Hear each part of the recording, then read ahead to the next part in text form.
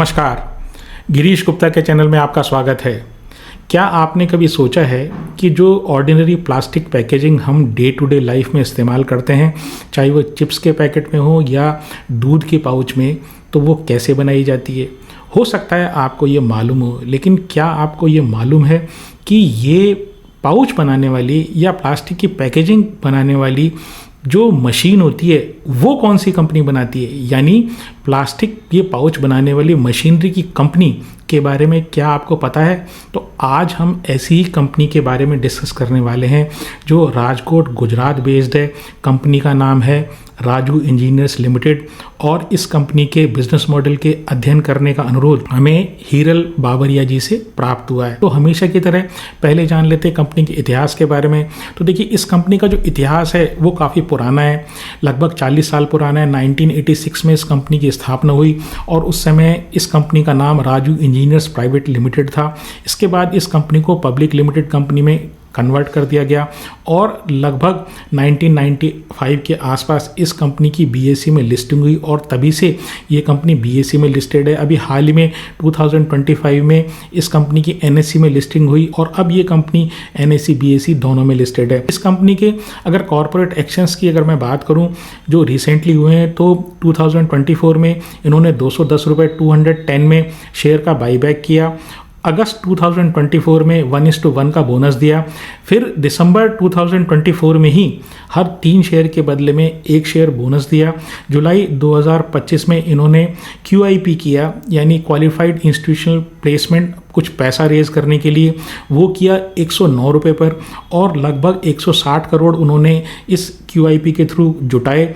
और इस QIP में भाग लेने वाली जो कंपनीज थी उसमें HDFC बैंक और मॉर्गन स्टैनली जैसे बड़े नाम शामिल थे। पहले जान लेते हैं कंपनी के बिजनेस के बारे में। तो जैसे मैंने वीडियो के शुरू में बताया, ये वो कंपनी है जो मशीनरी बनाती है। कौन सी मशीनरी बनाती है? वो मशीनरी बनाती है जिसके थ्रू प्लास्टिक के प्रोडक्ट्स बनाए जाते हैं। तो इसलिए ये जो कंपनी है ये प्लास्टिक के प्रोडक्ट नहीं बनाती, बल्कि जो लोग प्लास्टिक या जो इंडस्ट्रीज प्लास्टिक के प्रोडक्ट्स बनाती है उनके लिए प्लास्टिक के प्रोडक्ट बनाने वाली मशीनरी सप्लाई करने वाली कंपनी है। यानी ये जो कंपनी है एक कैपिटल गुड्स कंपनी है जो डिपेंडेंट है एंड यूज़र इंडस्ट्री पे, जो प्लास्टिक के प्रोडक्ट्स प्रोड्यूस करती है।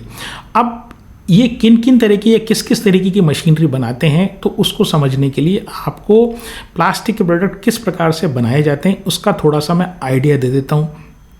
तो देखिए, होता ये है कि PET चिप्स या प्लास्टिक के चिप्स कुछ आते हैं, वो एक मशीन में डाले जाते हैं। वहाँ से ये गर्म होते हैं, गर्म होकर जब पिघलाते हैं तो इनको एक डाई के थ्रू, जो सांचा जो होता है उसके थ्रू इसको, इस प्लास्टिक के लिक्विड को वो गुजारा जाता है और जिस प्रकार की शेप आपको देनी है उस प्रकार की शेप आप उससे दे सकते हैं। तो ये डिफरेंट टाइप के इस तरह की मशीनरी बनाते हैं जिससे आप प्लास्टिक की फिल्म बना सकते हैं जो इस्तेमाल होती है ये चिप्स के पैकेट में या मिल्क के पाउचेज़ में, या प्लास्टिक की शीट बना सकते हैं उन मशीनों से। तो वो जो काम आती है वो आपके डिस्पोजेबल प्लास्टिक के जो डिस्पोजेबल आइटम्स होते हैं वो वहाँ पर, और या पाइप बना सकते हैं। तो जो ड्रेनेज के पाइप होते हैं, वाटर सप्लाई के पाइप, या प्लास्टिक की प्रोफाइल्स जो होते हैं वो बना सकते हैं, जिससे जो काम आती है विंडो जो के फ्रेम वगैरह जो होते हैं वो बनाने के, या आप ट्यूब्स या पाउचेस बना सकते हैं जो मेडिकल इंडस्ट्री में काम आते हैं। आप साथ ही साथ वायर्स एंड केबल की जो शीथिंग होती है, जो कवर होता है, वो भी एक्चुअली आप इस मशीन, इनके द्वारा बनाई गई मशीनों से बना सकते हैं। तो इस प्रकार से कह सकते हैं कि ये चिप्स बनाने वाले या पाइप वगैरह बनाने वाले या केबल बनाने वाले या जो हॉस्पिटल वाले, जो हॉस्पिटल की जो सप्लाई बनाने वाले जो कंपनीज़ होती हैं, वो कंपनीज़ एक्चुअली इस राजू इंजीनियर कंपनी की ग्राहक हैं। अब ये मशीनरी बनाती कहाँ है? तो ये जो है राजकोट गुजरात में ये मशीनरी इनकी बनाती है। एक ही इनका प्लांट है जहाँ पर एक साथ एक बार में 4 मशीनें बनाई जा सकती हैं। अब बात करते हैं कि इनका ये रेवेन्यू अपना किस प्रकार से जनरेशन करते हैं। तो देखिए, इनका जो मेजर चंक है रेवेन्यू का वो मशीनों को बेचने से आता है। और ये जो मशीनें हैं ये भारत में तो बेचते ही बेचते हैं, लेकिन ये फॉरेन में यानी एक्सपोर्ट भी करते हैं। तो लगभग 45% इनका जो रेवेन्यू है ये एक्सपोर्ट से आता है। 70 से ज़्यादा कंट्रीज़ में एक्सपोर्ट करते हैं और लगभग 55% जो रेवेन्यू है वो भारत से आता है।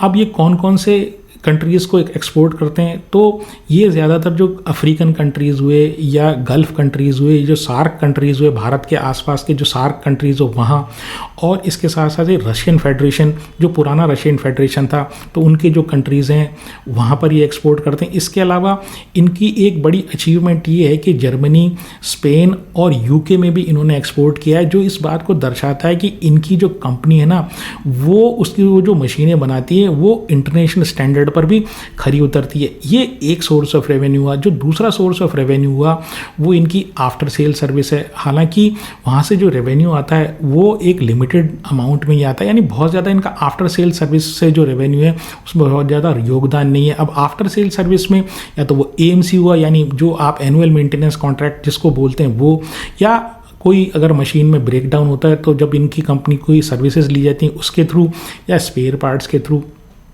ये अपना रेवेन्यू जनरेट करते हैं। तीसरी बात ये है कि जो इनको रिपीट ऑर्डर है, 60% जो इनका ऑर्डर्स आते हैं वो रिपीट ऑर्डर्स हैं। तो आप ये समझ लीजिए कि कितना बढ़िया तरीके से इनका जो अपने क्लाइंट के साथ रिलेशनशिप है और जो क्लाइंट है इनके प्रोडक्ट से सेटिस्फाइड है। दूसरी बात ये, जो लगभग 35% से 40% रेवेन्यू है ना, वही केवल टॉप 10 क्लाइंट से आता है। यानी इनका जो रेवेन्यू है वो किसी एक क्लाइंट के ऊपर डिपेंडेंट नहीं है कि कभी वो क्लाइंट अगर छोड़ के चला जाए या नाराज़ हो जाए तो इनका जो रेवेन्यू है वो बहुत ज़्यादा इम्पैक्टेड हो, तो ऐसा भी कुछ नहीं है। ये अपने प्रोडक्ट्स का जो R&D रिसर्च एंड डेवलपमेंट वो खुद ही करते हैं और ये कस्टमाइज सॉल्यूशन प्रोवाइड करते हैं अपने ग्राहक को, यानी ग्राहक की जिस तरह की रिक्वायरमेंट थी उस तरह की मशीन बनाकर देने में सक्षम है। इन्होंने इंटरनेशनल मार्केट में अपने आप को एक्सपेंड करने के लिए, अपना प्रोडक्ट प्रोफाइल एक्सपेंड करने के लिए इटली की कंपनी से करार कर रखा है जो इनको टेक्नोलॉजिकल नो हाउ भी देती है। इनके जो रॉ मटेरियल की अगर मैं बात करूं तो मशीनरी में जो बेसिक रॉ मटेरियल होता है वो या तो माइल्ड स्टील होता है या स्टेनलेस स्टील होता है, तो ये मोस्टली इसको सोर्स करते हैं इंडिया से। तो स्टील की जो प्राइसेस में अगर फ्लक्चुएशन होता है तो इनकी इनपुट कॉस्ट पे फ़र्क पड़ता है। पॉइंट नंबर 2, ये जो काम है मोस्टली लेबर इंटेंसिव है, यानी ये पूरा जो मशीनरी बनाने का काम है ये फुली मैकेनाइज नहीं है, मशीन लेबर के थ्रू बनाई जाती है। तीसरा पॉइंट ये है कि जो ये कंट्रोल पैनल, ये इलेक्ट्रॉनिक सिस्टम उस मशीनरी में होता है वो बेसिकली 15 से 20% ऑफ द टोटल कॉस्ट होता है। तो ये जो है ये इन्वेरिएबली ये बाहर से इंपोर्ट करते हैं, ये यानी मशीन का जो इलेक्ट्रॉनिक सिस्टम है ना ये बाहर से ये इंपोर्ट करते हैं। अब इनकी वर्किंग करने का तरीका भी बड़ा इंटरेस्टिंग है। जैसे ही ऑर्डर आता है वैसे ही कंपनी से या किसी भी जो इनका ग्राहक है या क्लाइंट है वहाँ से ये एडवांस पेमेंट लेते हैं, चाहे वो डोमेस्टिक क्लाइंट हो या एक्सपोर्ट क्लाइंट हो। उसके बाद ये मशीनरी के लिए जो रॉ मटेरियल है उसका बैक टू बैक ऑर्डर करते हैं और उससे क्या होता है कि जो अगर कोई एक्सचेंज में कोई रॉ मटेरियल की जो फ्लक्चुएशन होती है उसको ये हेज करने की कोशिश करते हैं। फिर क्या होता है कि 4 से 8 महीने इनको लगभग उस मशीनरी को बनाने में लगते हैं और फिर उसके बाद ये खुद जाके उस मशीनरी को इंस्टॉल करते हैं, उसको रन करते हैं, उसको अपने ग्राहक को सेटिस्फाई करते हैं और इनका रेवेन्यू बुक तभी होता है, ऑर्डर आने के बाद इनका रेवेन्यू तभी बुक होगा जब ये मशीनरी को इंस्टॉल कर देते हैं फाइनली, तो चाहे इनका एडवांस पेमेंट आ गया हो। तो है क्या कि इसलिए आपको इनका जो वर्किंग कैपिटल साइकिल है ना वो इलंगुएटेड लगेगा, लेकिन ऐसा है नहीं। अब ये 6 कैटेगरी में लगभग 26 प्रोडक्ट्स ये बनाते हैं और 5000 से ज़्यादा इन्होंने इंस्टॉलेशन अभी तक कर दिए हैं, यानी 5000 तरीके की मशीनरी ये अलग अलग जाके प्रेमाइसेस में जाके लगा चुके हैं। अब इनके जो ग्राहकों की बात करूं, यानी एंड कस्टमर की अगर बात करें तो रिलायंस, यूफ्लेक्स, पॉलीकैब, इंडियन ऑयल, ये कुछ नामी कंपनियां हैं जो इनकी ग्राहक हैं। इनके नए इनिशिएटिव्स की बात करें, जो इनकी राजकोट फैसिलिटी, जो एकमात्र इनकी फैसिलिटी जहाँ 4 मशीनें ये एक साथ बना सकते हैं, उसकी जगह अभी उस कैपेसिटी को ये 3 गुना करने जा रहे हैं, तो एक साथ ये एक्चुअली 12 मशीनें हैं ना एक साथ ये बना पाएंगे। दूसरी बात ये कि जो रिन्यूएबल में सोलर मॉड्यूल्स जो हैं वो बड़े पॉपुलर हो रहे हैं भारत में, ये सोलर कैपेसिटी तेज़ी से बढ़ रही है। तो सोलर सेल में एक शीट का इस्तेमाल होता है, प्लास्टिक की शीट का इस्तेमाल होता है, स्पेशलाइज शीट का, तो बेसिकली उस क्षेत्र में इन्होंने कदम रखा है। तीसरा इनिशिएटिव ये है कि अभी एक कंपनी है Kohli printing and converting machinery private limited, तो उसमें इन्होंने 60% स्टेक लिया। अब ये कंपनी क्या करती है, ये कंपनी बेसिकली जो शीट है उसको प्रिंट करती है और उसके बाद उसको लेमिनेट करती है।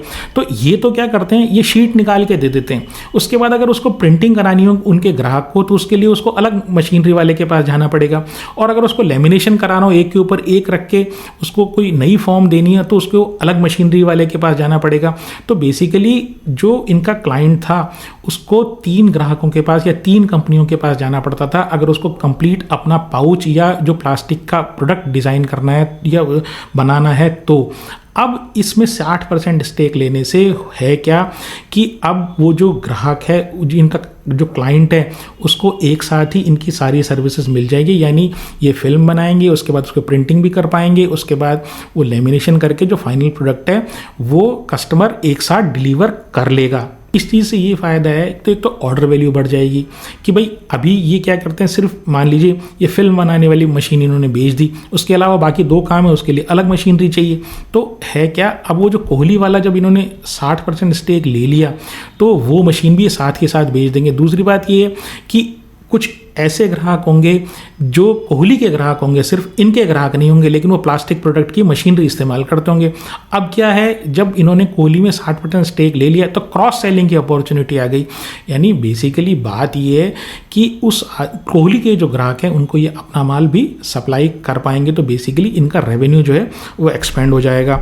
अब स्ट्रेंथ की अगर मैं बात करूँ तो देखिए सबसे बड़ी स्ट्रेंथ तो ये है कि 40 साल से कंपनी और एक ही बिजनेस में यही मशीनरी ये बना रही है और बड़े एक्सपीरियंस इसके प्रमोटर हैं, दोषी फैमिली हैं। तो उनकी जो नेक्स्ट जनरेशन है, जिन्होंने फाउंडर हैं वो भी अभी हैं, और उनकी जो नेक्स्ट जनरेशन है वो इस कंपनी में एक्टिवली पार्टिसिपेट करती है।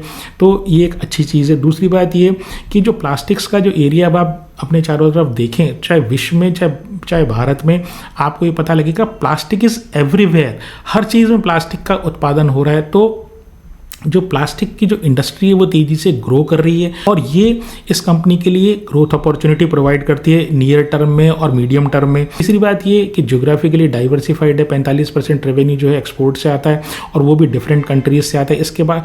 इसके अलावा जो क्लाइंट कंसंट्रेशन है, किसी एक क्लाइंट के ऊपर ये डिपेंडेंट नहीं है। अगर ये वीकनेस की बात करूँ तो देखिए इसमें इस कंपनी में या इस इंडस्ट्री में लो एंट्री बैरियर है, यानी काफ़ी सारी इस तरह से मशीनें बनाने वाली, प्लास्टिक के जो प्रोडक्ट बनाती है उस तरह की मशीनें बनाने वाली कंपनी काफ़ी सारी हैं। तो एक दिक्कत तो ये है। दूसरी वीकनेस ये है कि ये जो कंपनी है इसका डिपेंडेंस है एंड यूज़र इंडस्ट्री, यानी इनके क्लाइंट जो हैं वो जो कैपिटल एक्सपेंडिचर करेंगे या जब उनको ये रिक्वायरमेंट होगी कि भाई उनको और प्लास्टिक के प्रोडक्ट्स बनाने हैं, तभी तो इनकी मशीनरी काम आएगी, तभी तो वो एक्स्ट्रा मशीनरी खरीदेंगे। तो बेसिकली ये एंड जो इनकी यूज़र इंडस्ट्री उसके ऊपर डिपेंडेंट है। तीसरी चीज़ ये कि जो प्लास्टिक की डिमांड होती है ना, ये साइक्लिक होती है। ये हर तरह की जो कमोडिटीज़ होती है उनकी जो डिमांड होती है वो साइक्लिक होती है। तो अगर कभी इस तरह की प्लास्टिक के प्रोडक्ट्स में डाउन टर्न आता है तो इनके रेवेन्यू में कुछ हिट हो सकता है। चौथी बात ये कि प्लास्टिक जो है ना, आजकल हम ये प्लास्टिक के लिए ये कहते हैं कि भाई ये पर्यावरण को प्रदूषित करता है। तो कभी गवर्नमेंट का कोई ऐसा रेगुलेशन आए कि भाई ये आप प्लास्टिक के सर्टेन प्रोडक्ट्स बैन कर दो जो जिनका काफ़ी डिमांड हो मार्केट में और जिनकी मशीनरी की भी, जिनको बनाने वाली मशीनरी की भी काफ़ी डिमांड हो, तो भी इनके रेवेन्यू में हिट आ सकता है। लेकिन अब ये ऐसी मशीनरी भी बनाने का कोशिश कर रहे हैं अपने रेवेन्यू को प्रोटेक्ट करने के लिए कि अगर भविष्य में कोई ऐसी प्रॉब्लम आए कि भाई ये पर्टिकुलर प्लास्टिक तो इस्तेमाल नहीं हो सकता, तो इको फ्रेंडली प्लास्टिक बनाने वाली मशीनरी भी ये बना रहे हैं। अगर इस कंपनी के मार्केट कैप की बात करूँ तो बहुत ही छोटी कंपनी है, केवल 1200 करोड़ का मार्केट कैप है, डेट टू इक्विटी नेग्लिजिबल है और 100 रुपये की इक्विटी पर मात्र 5 रुपये का कर्जा है, बहुत ही अच्छा है। पीई जो है वो बहुत ही कंप्रेस हो गया है इनका, वो हो गया है 20 और आरओई है वो 26 है। 3 ईयर की सेल क्यूमुलेटिवली 10% से बढ़ी है साल दर साल, और 3 साल का जो प्रॉफिट बढ़ा है वो 37% से साल दर साल बढ़ा है। अभी 20 जनवरी 2026 को इनके रिजल्ट्स आए, तो पिछले दिसंबर क्वार्टर के कंपैरिजन में इनके इस दिसंबर क्वार्टर का जो परफॉर्मेंस है वो रेवेन्यू वाइज, मार्जिन वाइज और प्रॉफिट वाइज ये काफ़ी अच्छा परफॉर्मेंस है। लेकिन अगर सितंबर क्वार्टर को कंपेयर करें, यानी सिक्वेंशियली हम कंपेयर करें, तो सितंबर क्वार्टर के कंपैरिजन में जो इनका रेवेन्यू है दिसंबर क्वार्टर में वो कम होके आया। अब प्रमोटर के पास 61% है, एफआईआई के पास 2% है, डीआईआई के पास 1% है और 36% जो है वो पब्लिक के पास है। अगर वीडियो को समराइज़ करूँ तो एक अच्छे बिजनेस मॉडल वाली अच्छे प्रमोटर वाली, एक अच्छे सेक्टर में कंपनी है जिसका बिजनेस कम से कम मीडियम टर्म में तो कोई प्रभावित होता मुझे लगता नहीं है। वैल्यूएशन भी काफ़ी ठीक ठाक है। लेकिन ये जो शेयर है, अगर टेक्निकल एनालिसिस के फॉर्म में बात करें तो 52 वीक लो पर है, और जो सेंटिमेंट मार्केट का है वहाँ पर बहुत ज़ोरदार बहुत सारे मिड कैप और स्मॉल कैप की पिटाई हुई है। तो इस कारण से ये कंपनी भी जो है अपनी पीक से काफ़ी ज़्यादा गिर चुकी है, 60 रुपये पर आ गई है। और ऐसा कहते हैं, टेक्निकल एनालिसिस में ऐसा माना जाता है कि जो कंपनी 52 वीक लो पर आती है वो और लो जा सकती है, कोई बॉटम नहीं आप देख सकते कि भाई वो कंपनी कहाँ तक टिकेगी। लेकिन कंपनी के बिजनेस में ऐसी कोई प्रॉब्लम या बिजनेस मॉडल में कोई ऐसी प्रॉब्लम जो है वो है नहीं कि जिसके कारण से मार्केट इसको इतना ज़बरदस्त पनिश करे। हाँ, बात ये कि इसका वैल्यूएशन जो है ना ओवर वैल्यूएशन हो गया था, और इसलिए हम बार बार आपसे कहते हैं कि आप शेयर में पेशेंटली इन्वेस्ट करें, देखें समझें। जब तक वैल्यूएशन ठीक नहीं हो तो वैल्यूएशन के करेक्ट होने का इंतज़ार करें, चाहे आपको साल लग जाए चाहे 2 साल हो जाए। बिना वैल्यूएशन के, बिना बिजनेस मॉडल के आपको खरीदना नहीं है। इस शेयर में या किसी अन्य शेयर में खरीदने या बेचने की मेरी कोई राय है नहीं। अगर आपको कोई भी ऐसा एक्शन लेना हो तो कृपया अपने फाइनेंशियल एडवाइज़र से पूछें। अगर आपको मेरा प्रयास पसंद आया हो, चैनल को सब्सक्राइब करें, वीडियो को लाइक करें और शेयर करें। आज के लिए इतना ही। नमस्कार, धन्यवाद, जय हिंद।